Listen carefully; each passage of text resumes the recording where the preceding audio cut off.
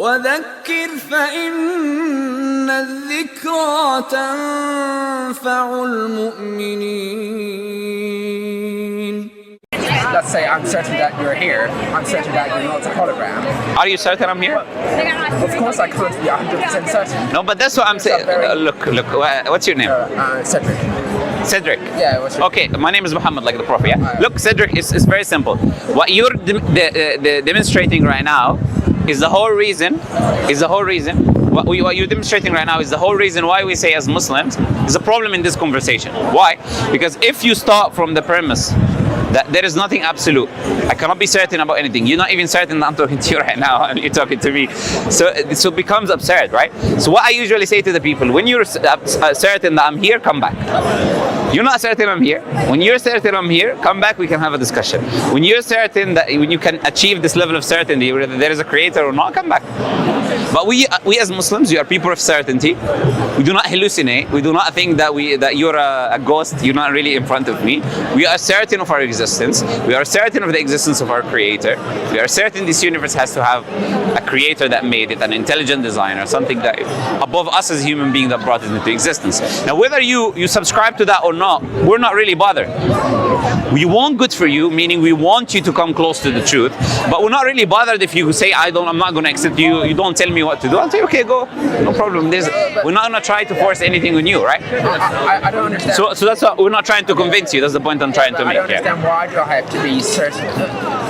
Look, I said there's two types of certainty. The example I just showed you, like referring you to as maybe being a hologram, is absurd. That's absurd, right? I wouldn't actually believe it.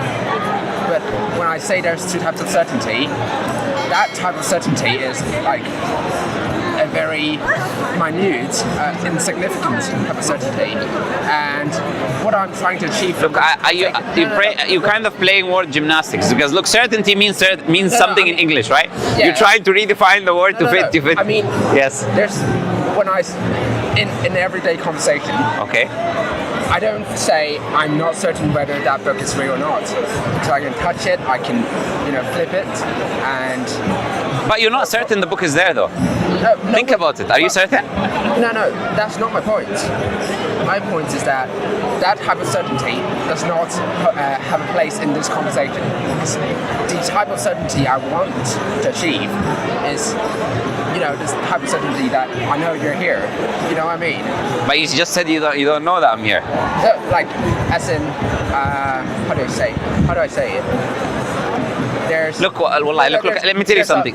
Remind me, your name is what? Cedric. Cedric, look, I'll be honest with you. Look, I can see you're very conflicted. But honestly, with my discussion with you, I can see you're uncertain about what you're saying. You're uncertain about what you're certain about, and you're not certain about. You're taking because like the whole argument about certainty shouldn't even be a thing. You know what I mean? According to who? Well, I'm saying. Are you certain that we shouldn't be talking about certainty? No, well, Cedric, look, come to Islam, man. Well, I don't know. Come to certainty, they believe the Quran. Yeah. Sorry? He's saying come to Islam. Like, look, this kind of. Let me tell you something. Denying certainty leads you to absurdity. Now, listen to what I'm saying very carefully. To denying absolute certainty leads you to absurdity. Yeah. Because you cannot claim that nothing is certain, because you're not certain about that statement to begin with. So you will self-refute yourself. So you cannot make any claims about absolute certainty that there is no absolute certainty. No one can make that claim. If you make that claim, then you're self-contradicting yourself. We can make postulates, right? We can make postulates. So that type of certainty that we're arguing over meaninglessly is the type that is absurd. It shouldn't be part of our conversation. That is not. But that's according to you. We disagree. We believe you cannot be a Muslim without being certain of your faith, for example, in our tradition, right? So certainty is very important for us. That's why I said to you, when you're certain you're here, when you know what will convince you, then we can have this discussion. But if you're not certain about your own existence or other people's existence, or what certainty is, or what will lead you to be sure whether there's a creator or not, or religion is true or not, because you watch a lot of people who talk a lot with using uncertain terms, uncertain about their own existence and reality. If this is the type of people you listen to, they're only going to lead you to confusion. Trust me, you're going to live your life in confusion. You're going to live your life, you don't know you're there, other people are there, they're not there, there's a creator, there is no creator, can I be certain or not? This is what philosophy in the end leads you to, you know? Isn't philosophy good? Depends on how you define philosophy. We say common sense, Right. not to exaggerate and talk about nonsense and make up nonsensical ideas. Sophistry, for example, this is not a good thing, but it's a part of philosophy, right? We're saying, look, things which are common sense, reasoning, we accept, we're happy with. Just philosophy for the sake of philosophizing and sounding intelligent is not an important thing for us. So it depends on how you define philosophy and what you mean by philosophy. I want to clarify something. When you said something about questioning even my very own existence and whatnot. Yeah. I don't think that's a very bad thing to do. Yeah, that's why the people you listen to have convinced you with. They told you that, look, you cannot be biased. You have to be an intellectual human being. You have to question everything and to come to. But that's a scientific method. No, not really. You are born with certain things that are intuitive to you that cannot be proved that are axiom. For example, you cannot use science without relying on certain axioms. Oh yeah, I agree with that. Sure. Yeah, and if you really did not believe these axioms were true, you would not practice science. The only way you can practice science is to actually truly believe these things are true, because otherwise the method becomes useless. Because what I'm basing the method on itself is not certain. So why would I practice a method which is based on uncertainty that in the end would lead me to uncertainty? Well, those are called postulates. Well, the postulates of science is actually quite, few. Well, first of all, the postulate of science would be logic holds. Logic actually makes sense. So that if we logic makes sense. I like that. No. You need. Right? Okay, I get what you say. Yeah. And the laws of physics is true for every bit of space and time. Those are postulates. So no, but are they certain? And if the answer is no, yeah, the answer is no. If the answer is no, then there is no point of me trying to apply my scientific method. It's just not waste of my time, because I know that these things are not certain. Therefore, why would I apply a method to study something which is not uncertain, using a method which is uncertain to lead me to something which is uncertain? Look, you don't understand how crazy that is unless you actually properly think about it. There are certain things that every human being need to accept and need to apply to be certain about. No, you kept saying there are certain things that are certain. If they are based on common sense. Let's say that's true. I'll give you an example if you want me. Yeah, okay, go ahead. Yeah, for example, the law of non-contradiction. Okay. That's something which we believe is certain. We believe there cannot be a squared circle, because if it's a square, it's not a circle, and if it's a circle, it's not a square, right? So there are certain things. For example, this law of non-contradiction, which I'm giving you, there are different other things like it, right? So we say, for example, the intuitive knowledge, which is the idea of law of non-contradiction, or for example, cause and effect in relation to the creation, because we know that we as humans, we always look for a cause for anything innately, and these beliefs are true. We are saying the belief in a creator is also innate, and there are studies on that. In Oxford University, Justin Barry conducted a study, 50 academics or more, in a span of 2 years. They brought children from China and from different countries which are atheistic, doesn't have a concept of God. They realized that every child is born with an innate disposition to believe in a creator. So, and there are many studies that have been done on this same idea. Every civilization that exists in human history believes in some sort of higher entity.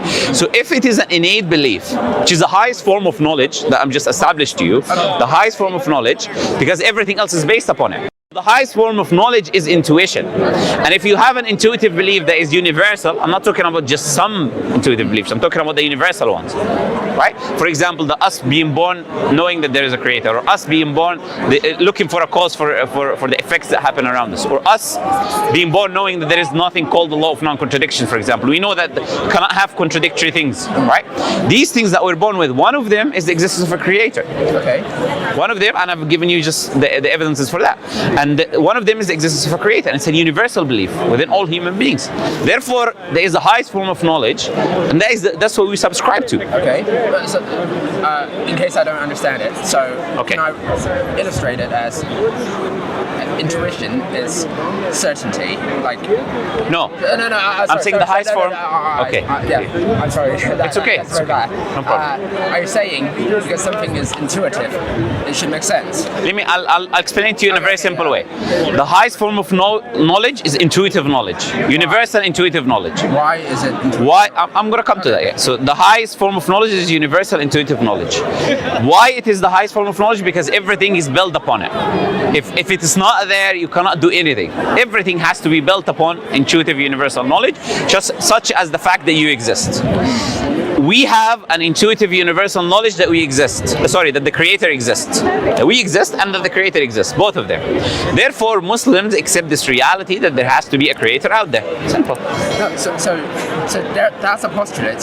You're postulating that intuitive knowledge is the highest form of knowledge.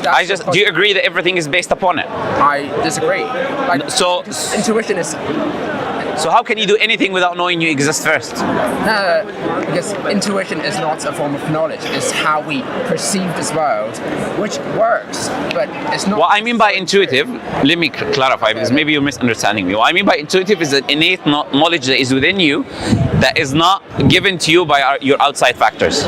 That's what I mean by intuitive knowledge here, right? To be clear. So what I mean by universal intuitive knowledge is the knowledge that you're born with, right? And that no one is given to you, your society didn't give to your community, didn't give to you, you're born with it innately. But that still doesn't explain why it's the highest form of knowledge. And I already answered that. I said because everything else is based on that. No, you're saying that's your postulate and you build everything. Where's my postulate? You disagree that everything is based on the idea that you exist first? No, you're saying everything else are built upon your intuitive knowledge or whatever. Let me ask you this question. Okay. I don't think you're understanding me. Is everything based on the idea that we exist and that we can rationalize, and some of the laws of rationality is non-contradiction that I was making to you, or cause and effect? Without, let me put it to you in this way, without knowing that I exist, without the law of non-contradiction and without causality, can you do anything? Well, you can't, but that doesn't prove it's true. No, but that proves that everything is based on it. Yeah, I agree. And if something is a foundation, is knowledge, is a foundation of knowledge and understanding, okay, it is by definition higher than something which is relying on it. Because it does not rely on anything else, is independent, while other sources of knowledge has to rely on it. That's what makes it a stronger form of knowledge. Okay, but that's not proof that is true. I'm not saying. No. I'm saying it's the highest form of knowledge. No, okay, and you know it is true. I agree with that. Okay. I agree that we need to make certain postulates in order to build. We need to rely on certain realities or facts in order for us to do anything. Anything. To reason, to talk, to do anything. We have to rely on this law of non-contradiction, because if the law of non-contradiction is not true, then we cannot even use language. Because what I'm saying can mean the exact opposite of what I'm saying, which means you cannot even respond to what I'm saying. You get the point? So these things, I'm telling you, without these things, you cannot reason, you cannot live your life, you cannot do anything, which would mean they are a higher form of knowledge because everything would depend on them, while they do not depend on anything else. They are existent by themselves. And because they are universal, and we know they are true, because we can observe them being true, the idea of a belief of a creator is also true because it's one of those intuitive beliefs. Okay, so let's move on from that argument. Yeah, it's getting a bit stale. So let's say those intuition are true. No, let's not say. Let's tell me what's wrong with the argument if you don't accept the argument. No, because. Do you know what's wrong with the argument? Yes, I know. No. Look, we can't make any arguments without, basic logics or reasoning. Yeah. Yes, so reasoning we need to accept them in order to have any arguments. In order to do anything. Yeah, to do anything. Yeah. So I agree. We need them in order to reason, but that does not make it true. So they're false. No, not necessarily. That's not a proof. I believe it's true, but that's not a proof. But how did you? Let me tell you again how you self-contradict yourself. How do you know they're not true? You use them to know they're not true, which is a self-defeating argument. You cannot use them to come to the conclusion they're not true, and they claim that they're not true, which would mean your conclusion is also not true. Do you see how you contradict yourself?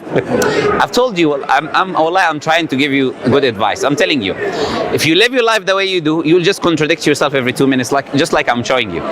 You cannot claim reasoning is deficient, meaning it's not absolutely true, and then use your reasoning to come to that conclusion. This just becomes self-contradictory. You understand? You're self-refuting your own self. So if you accept that they are true because you have no other choice except to accept that they're true, otherwise we cannot have this conversation anyways. So if you accept that they're true, then you accept that the intuitive knowledge that we're born with is true, because that's all of these forms that you have to accept in order for you to reason with me. You have no choice. And if you do that, then one of them is the belief of a creator that is innate within human beings. Why is one of them believing in God? Because the creator has put that within us, and I give you studies that shows that. So the creator has placed within us this innate knowledge of his existence, like the just and bad experiment, or every civilization separated by time, by everything. All of them believe in a higher power that brought the universe into existence. The Native Americans, for example. Just because someone believes in something doesn't mean. No, I'm saying universal beliefs. I said they brought children from 20 different countries.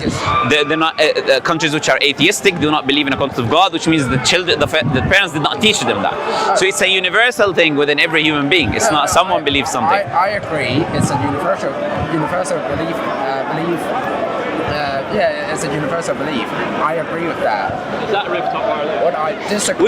We're just going in circles. I think, as I said to you, when you're certain of your existence, when you're certain that we can come to certainty. That has nothing to do with what I. It does, because that's the whole reason you're trying to reject the idea, the laws of non-contradiction, all of that. Okay, how about this? I accept that logic is real. No, you do that for the sake of argument. You don't really do that for the sake of argument. I accept logic is real, but that does not make any of our intuition automatically. So real. okay, let's use your reasoning. Logic is real. Okay. So according to logic, can something come from nothing? Absolute nothingness. No energy, no matter, no space, nothing. Well, I don't know. The answer is I don't know. No, according to logic, not according to you. No. 0 plus 0 plus 0 equals what? That's math. Yeah, I'm giving you a math. Yeah, as I said to you before, math represents something in reality, right? So 0 plus 0 plus 0 plus 0 equals what? 0. 0. So nothing can always give you what? Nothing. Cannot ever give you something, because there's no agency, there's no space, there's no matter, there's no quanta. So according to logic, can you have something from nothing? Okay, fine. Let's go with your argument. No. I want to know where you're going. Okay. No, look, but this is the problem. If you're going to make an argument, go ahead. No, this is a problem. If you not accept the premises of the argument, then we're just wasting our time. You get my point? Yeah. Okay, as I said to you, just go when you're certain. I don't know why you don't want to go, man. When you're certain, when you know that okay, we can come to conclusions. I know that I'm here. Come back and we have a discussion. Okay. Is that clear? Right. Okay, but pleasure talking to you. Nice talking to you. Yeah. See you around. Thank you. Nice talking to you.